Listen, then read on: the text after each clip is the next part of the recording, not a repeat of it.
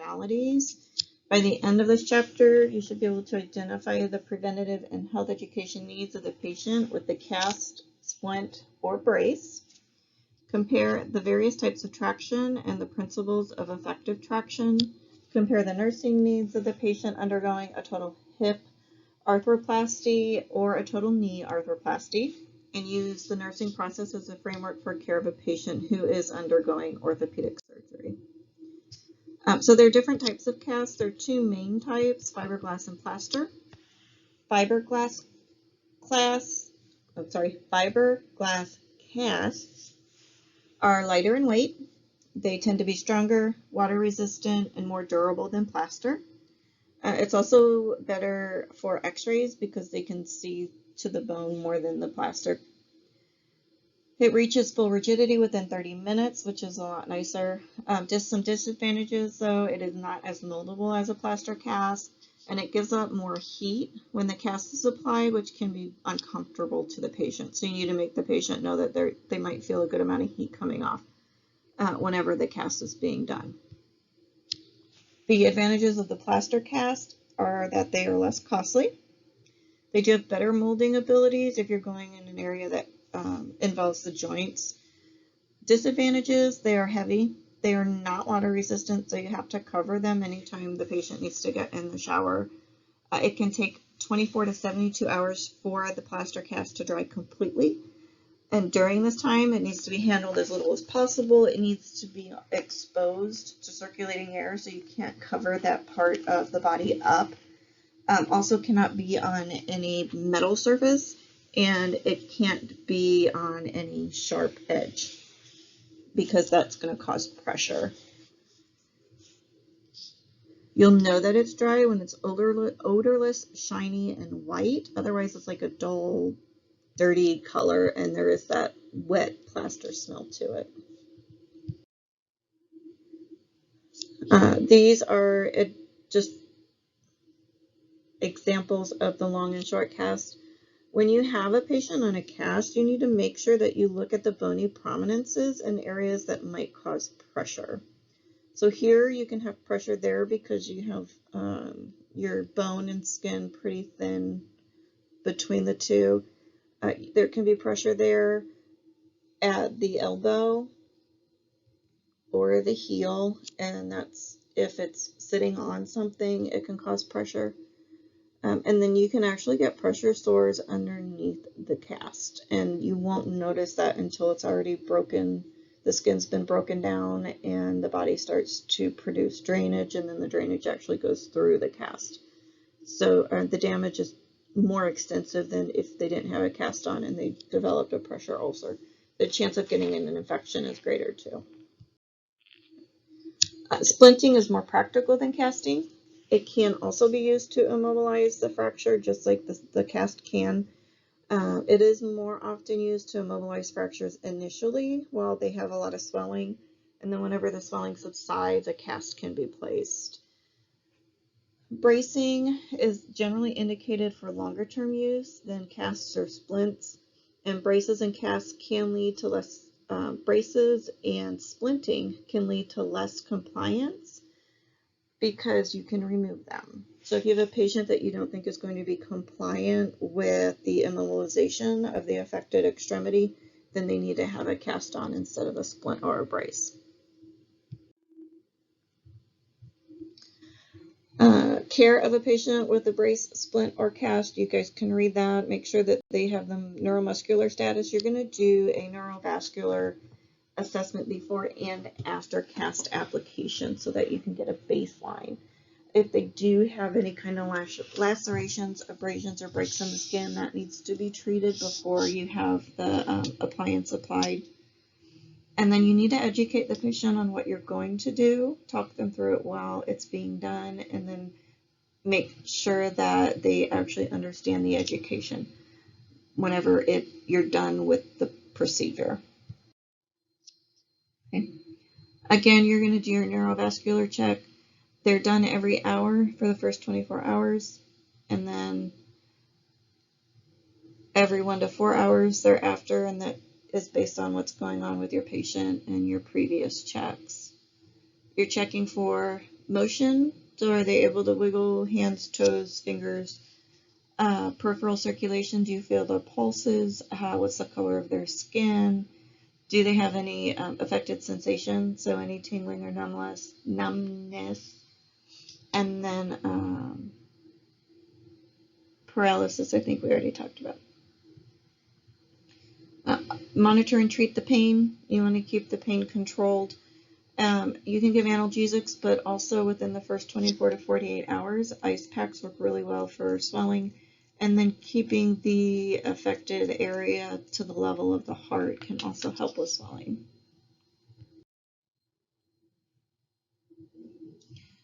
Complications, compartment syndrome is a complication that's usually seen with the longer bones.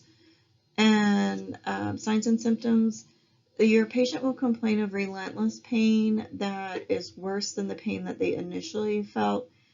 So it's just a sudden increase. They'll ask for pain medications, you'll give them pain medications, and it will not help. This is a medical emergency, and the doctor or surgeon needs to be notified right away. And you can bivalve or split the cast to try and help with the pressure that's being built up to let some of that out, and then they might need to have a fasciotomy if just removing the cast doesn't help. You'll also notice that their area below the affected extremity where the cast is, they can have decreased peripheral pulses or absent pulses. They might not be able to move their toes. They'll complain of numbness and tingling, like they can't feel their toes or their hand, and their skin will be real pale and cool to touch. Pressure ulcers, we talked about that. That is definitely a concern, especially if you have a pressure point that is within the cast because the cast hasn't dried, or it was placed on, something with a hard corner, or maybe when you're handling the cast, you're using your fingertips instead of the palms of your hands, and you have those indentations that can cause pressure ulcers. Disuse syndrome, you can have muscular atrophy just because you're not using the immobilized area. Isometric exercises are really, really important. So they still need to move the toes, the fingers, whatever can be moved still needs to be moved. And they can do the isometric exercises to keep the muscle from atrophying while the bone's healing. Okay. You need to report signs of impaired circulation immediately. And if you don't, they can have permanent damage. They can have tissue ischemia. They can have permanent nerve damage. So you have to be very, very vigilant in your assessments, as well as teaching. You have to teach your patient and the family members signs and symptoms to look for and what to report immediately, and not to be discouraged from calling on call if they are concerned, because it's the physician that can tell them that they should be concerned or they should not be concerned. But if they have any questions at all, they should not hesitate to call, especially if there's any kind of change in status. They need to know proper use of any assistive devices they have, especially if they're using crutches, because a lot of people, when they use crutches, they put the top of the crutch under their armpits, and they'll actually put their weight in their axilla and swing from it instead of using their arm muscles to hold up the weight, and that can cause permanent nerve damage. You're not allowed to stick anything underneath the cast or the splint. You'll see people do that all the time, and it can cause abrasions or skin breakdown, which will then turn into an infection. Again, pain and swelling. You can give analgesics and then ice packs. Frozen peas work really well, and just don't eat them afterwards because they'll kind of thaw, and then you put them back in the freezer and take them back out. But they mold to the cast fairly well. And then keeping the extremity to the level of the heart will help with swelling. Okay. Again, any type of circulatory impairment, cool, pale fingers or toes, paralysis, numbness, tingling that wasn't there before, if they're seeing any purulent drainage that is shadowing or coming through the cast area or dripping from under the cast definitely seek an assessment and evaluation by the physician.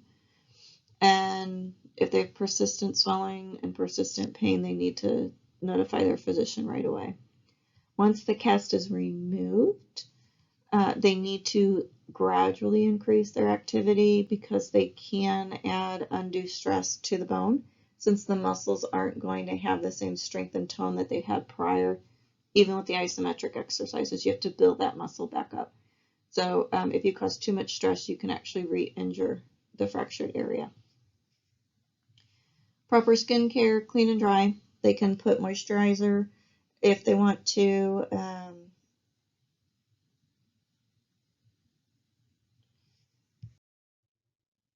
As far as external fixation devices, external fixation usually has the surgical incision of the pin that will go through the skin and soft tissue into the bone. Sometimes it actually goes through the bone. And then it's attached to a metal external frame and it holds the fracture in proper alignment. The advantages to doing external fixation is you have immediate fracture stabilization. You minimize blood loss compared to internal fixation, which you actually have to go to surgery for. Increased patient comfort, improved wound care because you don't have that large incision, you just have the pinholes. Promotion of early mobilization because that metal frame actually can stabilize and hold some of the weight that the bone that's fractured and healing doesn't have to hold. So they can actually bear some weight on their limb where they might be non-weight bearing if they have a cast on. And you don't have to immobilize the adjacent joints, which in a cast sometimes you have to immobilize the adjacent joints. Disadvantages, you have increased risk for pin site loosening, so the pins can loosen, which can cause damage internally. There is a chance for an infection, and since the pin goes down to the bone, the bacterial infection that might start at the pin site externally can actually travel down and get into the bone fairly quickly, and then they'll have osteomyelitis. So that's an example.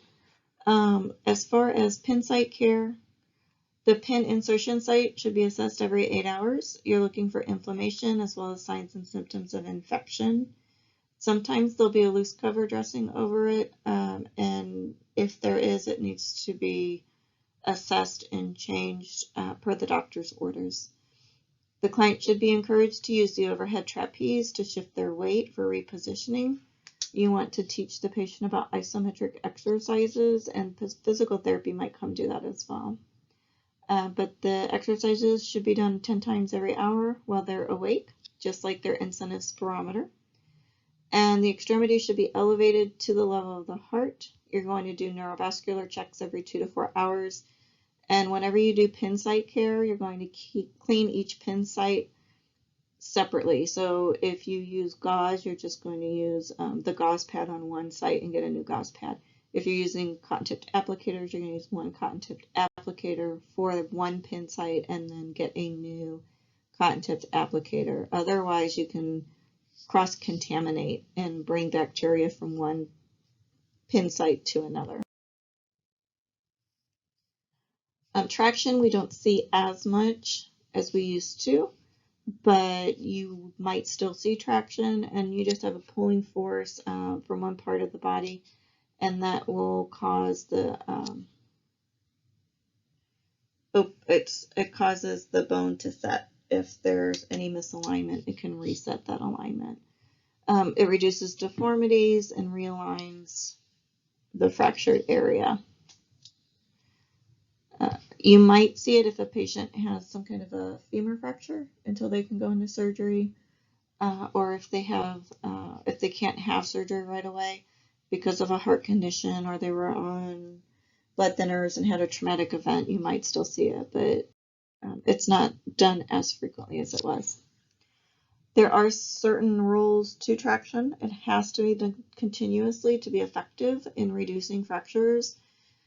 And if it is skeletal traction, then you can never interrupt the traction. Otherwise, you're actually going to be pulling and twisting on the bone itself, and you can cause more damage. The patient must be in good body alignment in the center of the bed before you apply the traction. The ropes must be unobstructed. The weights need to be hanging freely. They cannot rest on the bed. They also cannot rest on the floor. You need to teach the family not to play with the weights. Kids love playing with the weights. So no playing with the weights, no swinging the weights. They need to just be free hanging and still. The knots in the rope can't touch the pulley, and it also cannot touch the foot of the bed. So the knots have to be free as well so that they don't get caught up. That will affect traction. There are different types. You can have skin traction. Bucks traction is one that you see a lot for the femur or hip fracture. You can have pelvic traction for pelvic fractures, and then cervical head halter. And then there is skeletal traction, and that actually has pin sites. So you would have to do pin site care. So there's Bucks traction, and this is a boot right here. And then here's the metal plate. And then you have the pulling with this, it looks like a sandbag weight here, and it needs to be free hanging. And what it does is it pulls away from an area that could be fractured. So if you had a fracture of a hip up here, then it would actually pull and cause it to realign. Skeletal traction, you can notice here they actually have pins. So here's a pin, and here's a pin, and here's a pin, and they'll have them on the other side as well with this plate. And then here's the weighted system, pulley system up here. And then this is a trapeze. This is what they're going to use to move. And they cannot move side to side. They can't roll side to side. They have to stay on their back. So they can just reposition on their back. Okay. If you have a patient that is in traction, you need to monitor them closely so that they don't get skin breakdown. You're going to do neurovascular checks. They have to use a bedpan, and they have to slide on and off that bedpan. They can't turn from side to side. They could be at greater risk for a DVT, so you might have the sequential stockings that you put on them, and that will help with that. And then they can also be on anticoagulant therapy so that they don't get a blood clot. And then you want to assess to make sure that they don't have any signs or symptoms of an infection. They do have a greater chance of getting a UTI or urinary stasis. And so you want to make sure that they have their proper fluid intake. They're going to the bathroom every 3 to 4 hours so that they can empty. They might be on a special mattress or some kind of pressure reducing device. And so they can be on a low air loss mattress, which will help to prevent any type of pressure ulcer. They can do foot and leg exercises. They can do isometric exercises as long as the physician hasn't told them that they're not allowed to. These patients, if they're in traction, they can be anxious. They tend to be bored because they can't really move a lot. And so they might be more needy. They might be on the call light more, but that's fine. They won't really feel like eating much because they can't move. They can't even get out of bed or sit up, and that makes it more difficult to eat as well. So try and get food that they do want. Sometimes they're allowed to have their family members bring food in from the outside because that might stimulate their appetite. You need to make sure they're using the incentive spirometer, they're coughing and deep breathing. Do good pin care if it's skeletal traction. And then again, isometric exercises, high fiber diet. They can be put on stool softeners or laxatives if they are constipated, as long as the physician says that it's okay. Joint replacements, we're going to talk about specifically the knee and the hip. And it's done as a last resort when other conservative measures are not working. Or if there's a fracture, you're going to need joint replacement. But it can also be from wear and tear, degenerative joint disease, and kind of arthritis, whether it's osteoarthritis or rheumatoid arthritis, anything that causes so much damage to the joint that the patient is in extreme amounts of pain or they just can't function. For hip surgery, The hip should be kept in abduction, ABD, by an abductor pillow or multiple pillows, usually 2 to 3 pillows between the legs. The hip should not be flexed more than 90 degrees. The head of the bed should not be elevated more than 60 degrees. The hip should be higher than the knees when a patient is sitting. So you want high seat chairs. You can put something over the commode to make it higher because you can't have more than the 90-degree bend. Okay. They should not have any bending at the waist more than 90 degrees, so they shouldn't be bending over to put on their shoes or socks or to try and get their shorts or pants on, because this can cause the hip to dislocate. They can't cross their legs at their knees or ankles because, again, the hip can dislocate. If you have a patient that does have a post-op drain, it needs to be taken care of and drained regularly. Generally, it's every 8 hours, and it's removed within the first 24 to 72 hours. They try and get it removed as soon as possible. The longer it's in, the greater chance they have of an infection coming. Okay. Hip precautions for a hip patient can last up to 4 months because it takes a while for everything to heal. The patient needs to consider positioning whenever they're at home, whenever they're sitting on the couch, they're sitting at the dining room table. When they start to become sexually active again, they need to consider modified positions so that they can maintain their precautions. If they go back to work or they start doing housework, they need to limit their twisting, their turning. They need to limit traveling long distances because that puts them in that seated position for an extended period of time and their joints can get stiff. They should avoid jogging, anything that causes harsh impact on the joint. And then heavy lifting should also be avoided. There's a picture of an abductor pillow. If you don't have them in the hospital, then you can just use pillows, so you can fit 2, maybe 3 pillows, depending on the patient size and how big your pillows are. And you can do the pillows instead, especially if you're trying to turn them or get them out of bed so that you can keep that abduction. Patients who have knee replacement will have a drain at the knee, and usually you can remove those earlier within the first 24 to 48 hours. They'll drain a lot the first 8 to 12 hours, and then they should have a significant drop in the amount of drainage.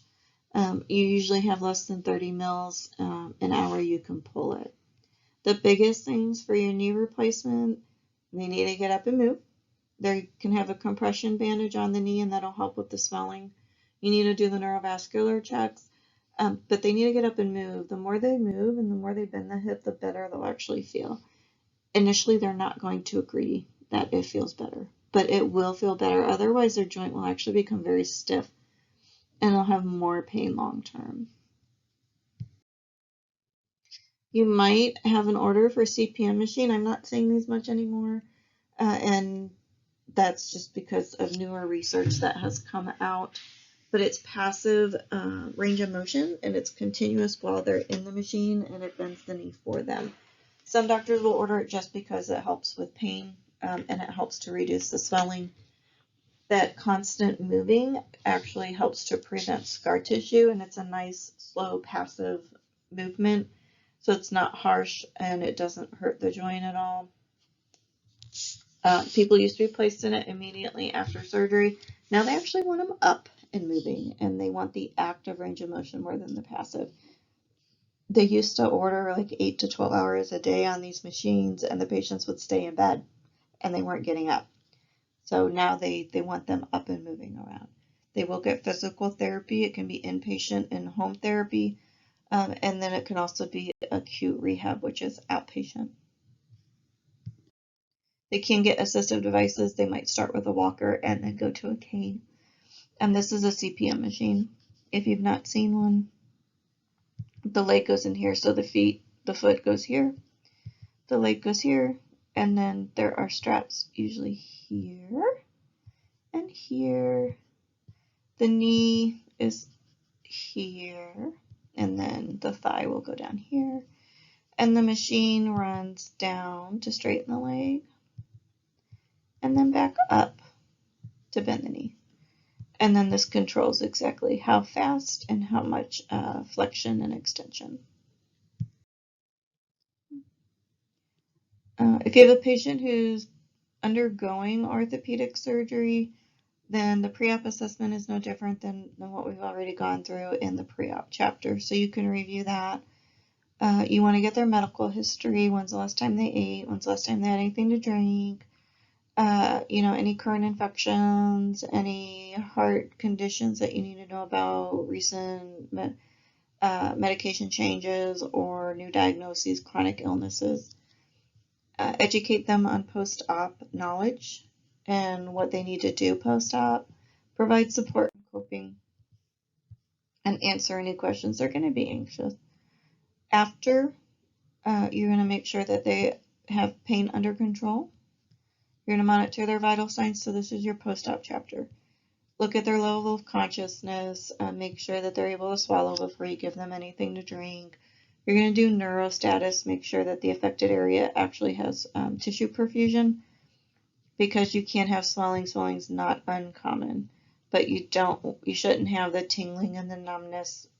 The skin should be an appropriate color. It should be warm and dry to touch. You shouldn't have any cool skin, clammy skin. You should have pulses.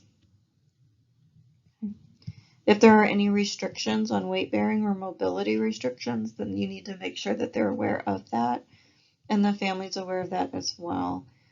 Listen to their bowel sounds, because the anesthesia will halt or severely slow down peristalsis, and they need to be able to have bowel movements. They also need to eat. Their diet won't be that great when they wake up, and then they'll be on pain medication, which can also cause constipation. So do education on that. That way they're not straining or having pain from being constipated. Monitor their urinary output to make sure that they have a sufficient amount. If they're hydrated, they should have a sufficient amount. And then you're going to monitor for DVT, infection, atelectasis, those typical post-op complications. Okay. Hypovolemic shock is related to hemorrhage, so monitor for signs of an infection as well. And then urinary retention, again, monitor their urine output. 30 mils per hour is typical, so they should be putting that out.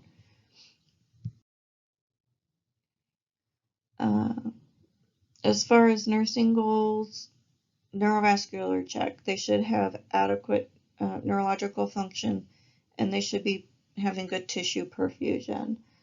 They should be eating and drinking, getting sufficient fluids and nutrition. They should be getting extra protein since they just had surgery to help with the healing. They need to be up and moving as much as they can while following their restrictions if they have them. And they need to be encouraged in their independence, even though they might be more dependent than normal. They might not be completely independent when they first come out of their surgery and go home. So positive self-esteem, positive reinforcement, giving them small goals, and letting them know what to expect and what's typical so that they don't feel like it's only them. You're going to give them medications. They generally will come out of surgery on a PCA, which is patient-controlled analgesic. That is something that they control. They are the only ones who are supposed to hit that button. And that way they can manage their pain without having to rely on the nurse to come in and give them IV medications. As they get to wean off of the PCA, they'll be started on the opioid analgesics, and then once that stops, they can have the non-opioid. Other types of pain relief, you can have positioning, they can have music therapy, distraction, they can read a book, you can go through guided imagery. That works really well sometimes. Keeping them occupied so that they're not bored. Getting them up and sitting in the chair instead of being in bed, that can help. Getting them up and moving around actually can help as well. You can give ice packs the first 24 to 48 hours. You cannot do heat on an area that just had surgery, because that can cause excessive bleeding, and it can cause internal bleeding, hematomas, other complications. and can increase the swelling. But you can do ice and cold packs. Keep the extremity elevated to the level of the heart. That will help with edema. And then immobilization always helps if they're completely still and that affected extremity is not moving. Then they'll have less pain. Okay. They can do calf pumping exercises, moving their ankle. I always tell them to do the alphabet with their toes in the air, and that helps improve circulation, prevent DVTs, also gets their muscles moving, contracting, and relaxing. Okay. They need to have adequate amount of fluid, so they should always have water that's sitting around for them to get up and be able to grab and drink and grab and drink. And then anytime you're in there, look at the water level, see if they need water. If they don't, hey, I haven't had to refill your water in a while. Are you drinking enough? Why don't we get up and go to the bathroom? Patients will drink more if they know you're getting them up to go to the bathroom. I know it sounds weird, but it works. So if you're making sure that they get up to go to the bathroom every 3 to 4 hours and they go in there and they don't go, they're going to start drinking more so that they produce urine whenever you put them on the commode. Look at their skin, make sure they don't got pressure ulcers. They should be turning and repositioning. They should be getting physical therapy inpatient. They actually will have a therapist come evaluate them. And then they need to determine if they're going to do inpatient rehab, outpatient rehab, with home care, without home care, whatever is most appropriate for what they can do. Again, set goals, make sure they're SMART goals, make sure they're realistic, start with the small goals and then work towards